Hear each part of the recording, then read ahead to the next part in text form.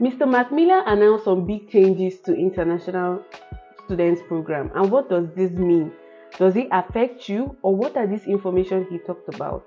Stick to the end of this video to get to know about this information he talked about.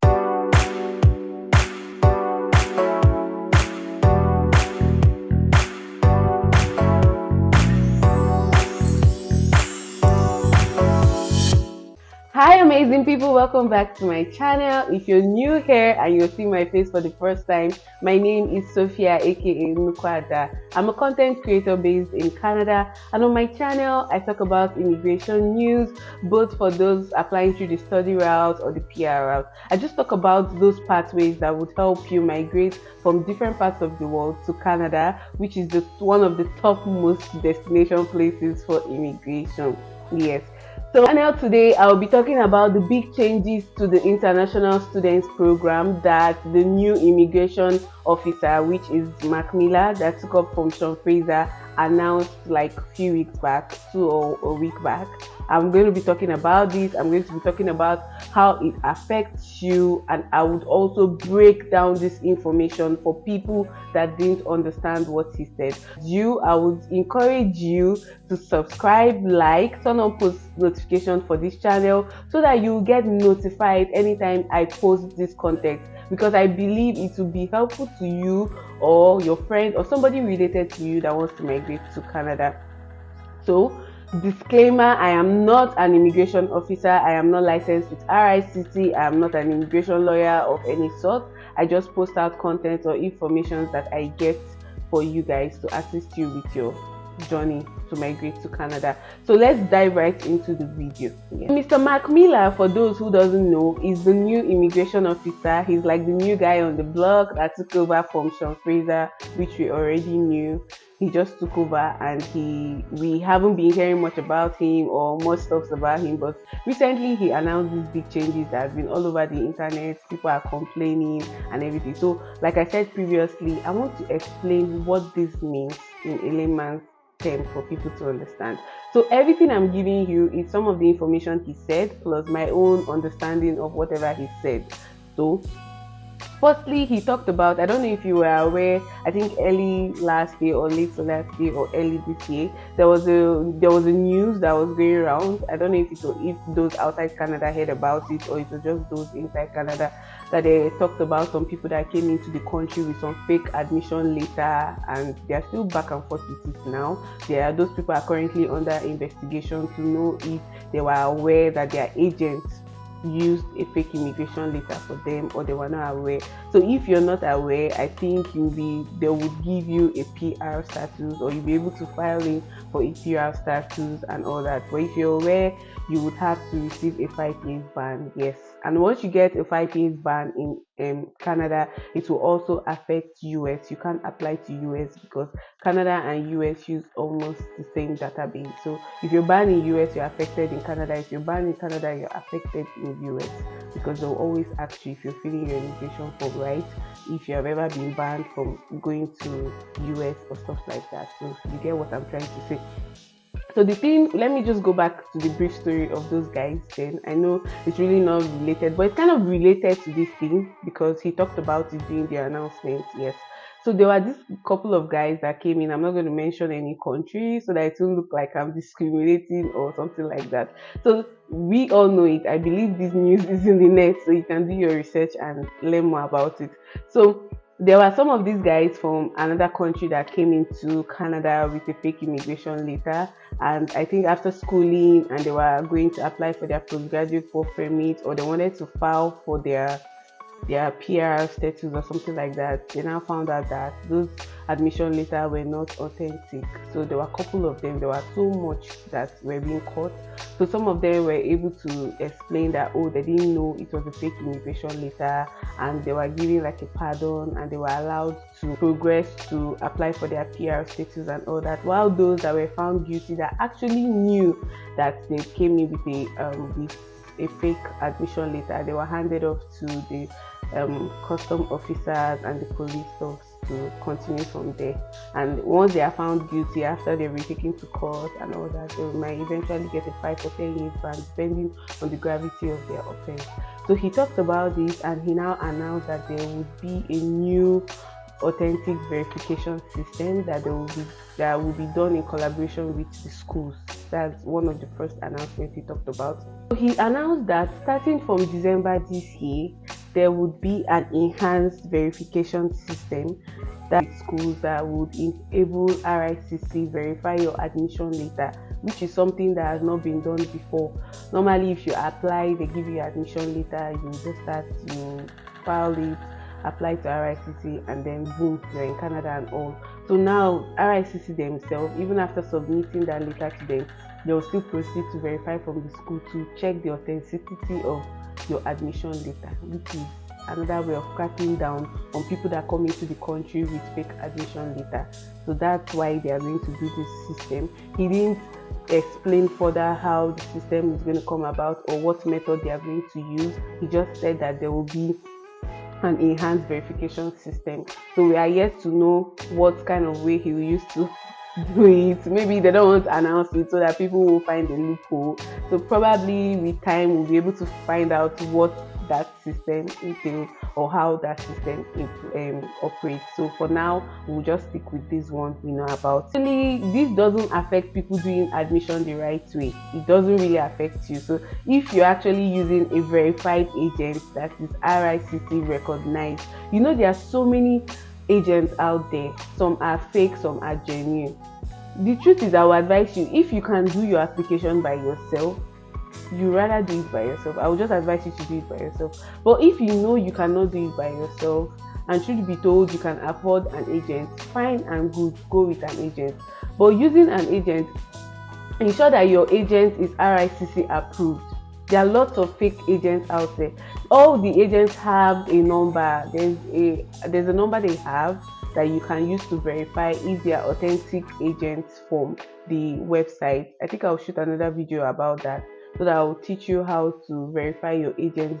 To people using an agent, kind of. If you're using an agent now, gone are those days that you would have your agent to have your login and access to everything you're using. This is the time you need to get those information from your agent. Yes, because with the way things are turning around now, you might get to the airport and they might want you to log into your portal for your own application stuff and everything. Yes, it is very possible.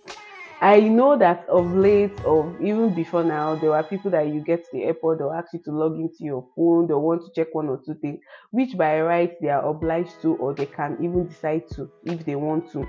So it's something that they can do. It's not a no-brainer. So sometimes they'll ask you to either log into your phone so that they can check your admission letter, or check something about your school, or even check about your Airbnb, or just lots of stuff. Or they want to go to your phone to check, oh, if you're claiming you're coming on a visitor's visa and they want to be sure it's not a job offer, they can decide to go to your phone. And even if you tell them, oh, my battery is low, I don't have enough battery, bro, my sister, they will give you charger to charge your phone. Don't worry, these guys are prepared. They will give you charger to charge your phone. If you're claiming you don't have data, don't worry, they have lots of Wi-Fi here. Nobody really uses data here. Everybody uses Wi-Fi. It's a free gift of nature around this part of the world. So all those things will not work. So what's your excuse? I rather prefer that you're ready, and since you're getting all this information, start getting ready. Have your login, have your admission letter handy, have everything you need on arrival, because the truth is, you getting your visa, your visa is one step. It's not the final step. That's just one step. So you coming to Canada and having that interview with the border officers, they are the ones to issue you your study permit, and the permit is what will allow you to school, work and everything. Without the study permit, like, there's nothing you can do here in Canada. So getting your visa is one step. The second step is the study permit. So once you're coming into Canada, have all those things handy. You don't have time to start calling anybody and start asking anybody, oh, send this, send that, send that. So that's what they're trying to say. It is going to get tougher. They're going to crack down on lots of stuff. So you rather be prepared. Mr. Macmillan also talked about the pool they did of about 500 admission letter, and they found out that over 400 were fake, and they came into the country undetected by the border officers, which of course you know that all these mistakes can happen and all. So that's why they are trying to crack down on lots of stuff, because this really affects lots of these students that don't know about this. You might not know till after graduation you want to apply for your postgraduate work permit, and they're telling you, oh, your name is not in the database of the school, or oh no, something, your admission letter is fake and all that, and it affects you. And once your admission letter is fake, my dear, there's nothing you're doing in Canada. You have to leave Canada. But if on getting this information, like I said previously or earlier, if they find out you're in on this, you have to leave. And the truth is, some people come in with this fake admission letter. I don't know how they do it, and with time they apply to genuine schools and they are able to go under the radar and they get all what they are looking for. But some people, everybody's hand is not, because it works for Mr. A, it doesn't mean it will work for you. But I will advise you, if you must do it, don't get caught. If you get caught, you get a ban, and if you get a ban, that is it. You stay 10 years or 5 years wherever you are, and you coming back to reapply doesn't guarantee you getting it again, because you already have that bad memory record. So why don't you just save your time, save yourself the stress, and do it the right way? If you ask me, more communication between RICC and the schools.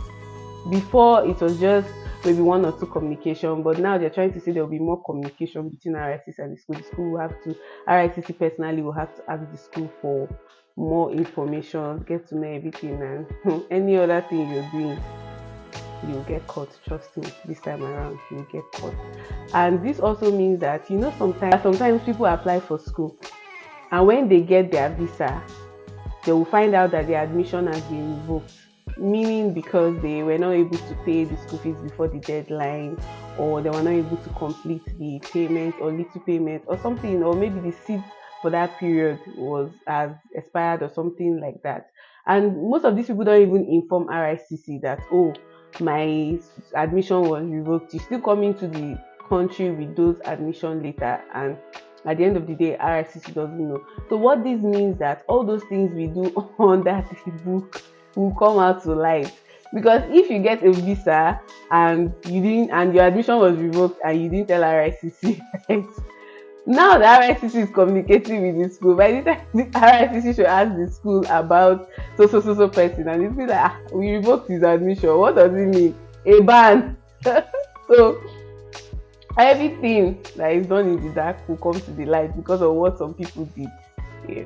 This also means that it's not just about the people applying to the school. Another good news for us international students is it also means that the minister or the country would also be more heavy on schools that don't offer assistance to international students. Yes, I've been wanting them to talk about this for long. Some schools just are concerned about school fees, pay them their money, and they are fine.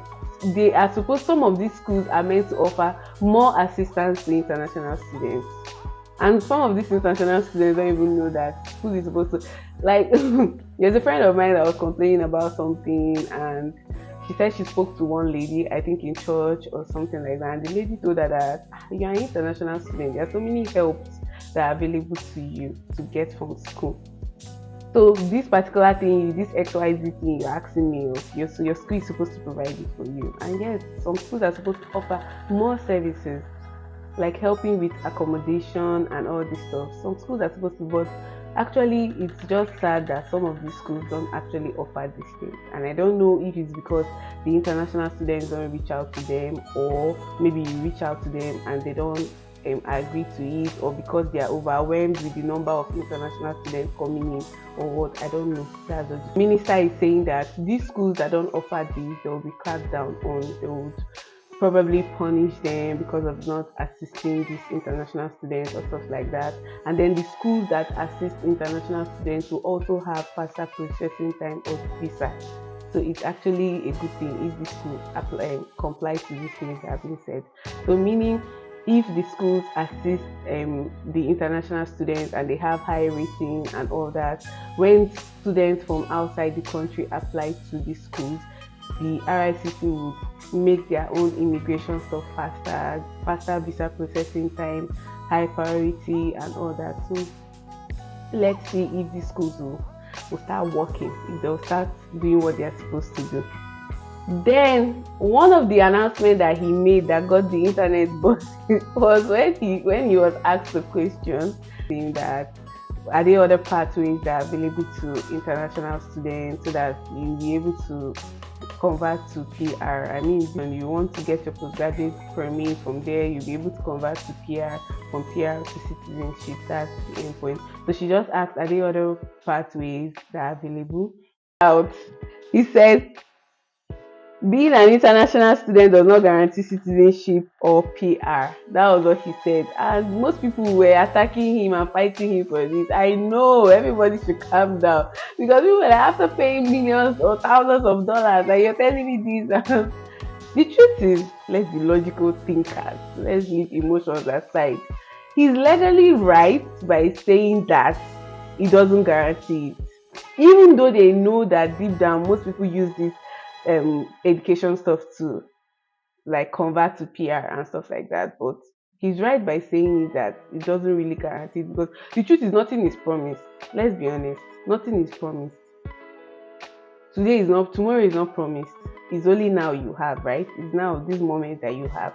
So nothing is really promised. So they cannot promise you it. It depends on how fast you walk ahead, get information, stay on top of everything and convert. It's left for you to go through the right route, because I mean, there are hundreds and thousands of different PR pathways. I think Canada is one of the countries that have so many pathways to migrate.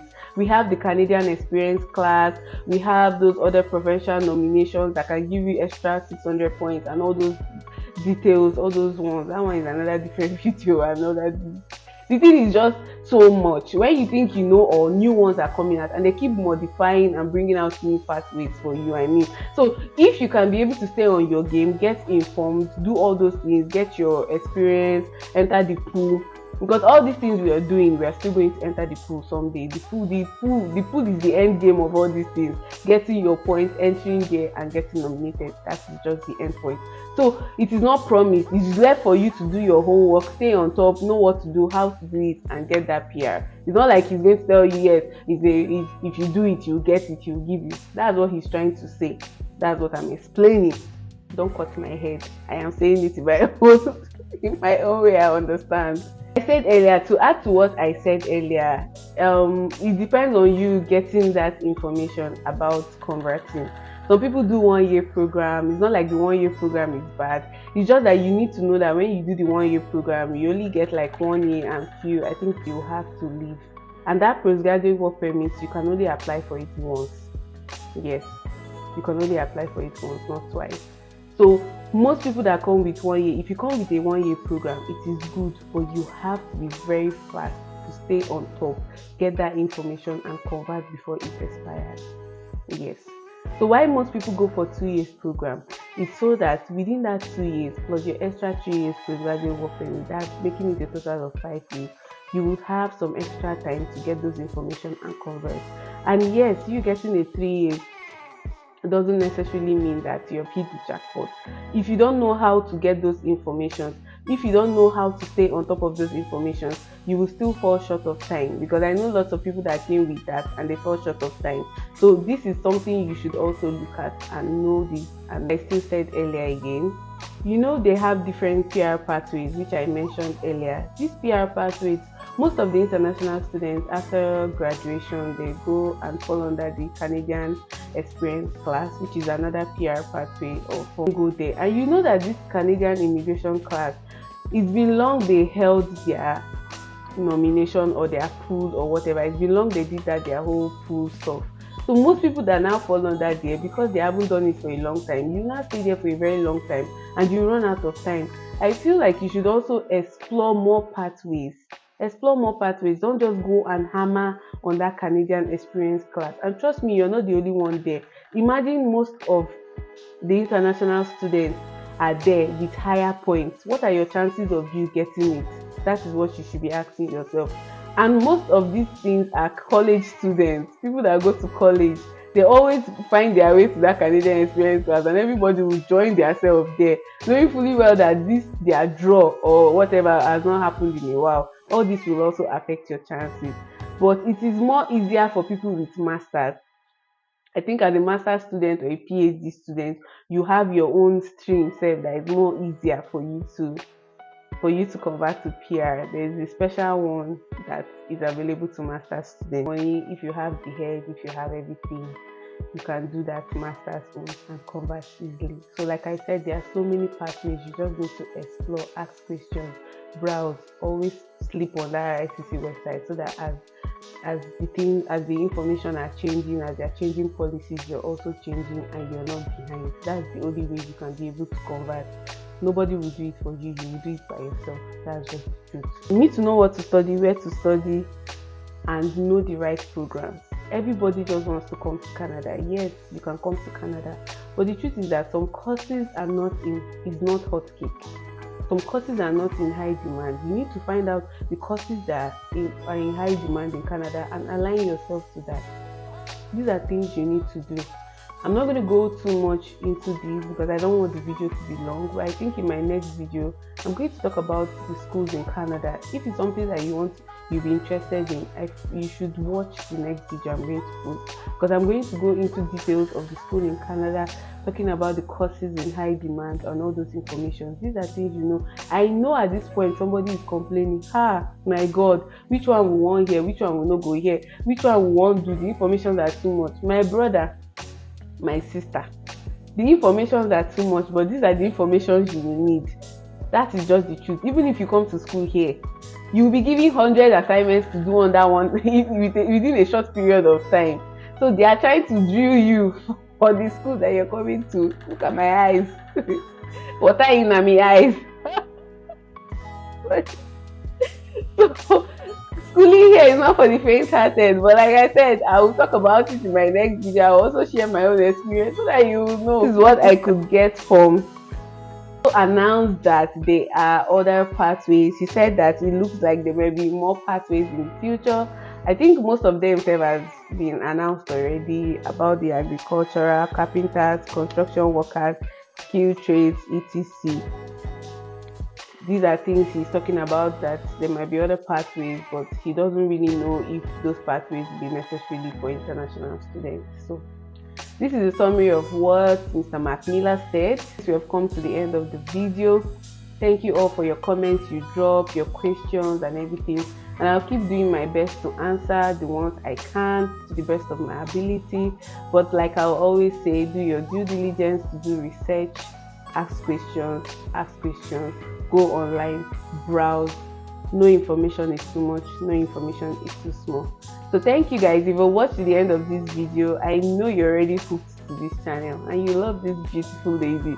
So kindly subscribe, like, share and comment so you could encourage me to do more videos like this. The love has been overwhelming and I so much appreciate you guys. I do not take you guys for granted, because it's all this love that makes me sit down to record videos like this for you guys.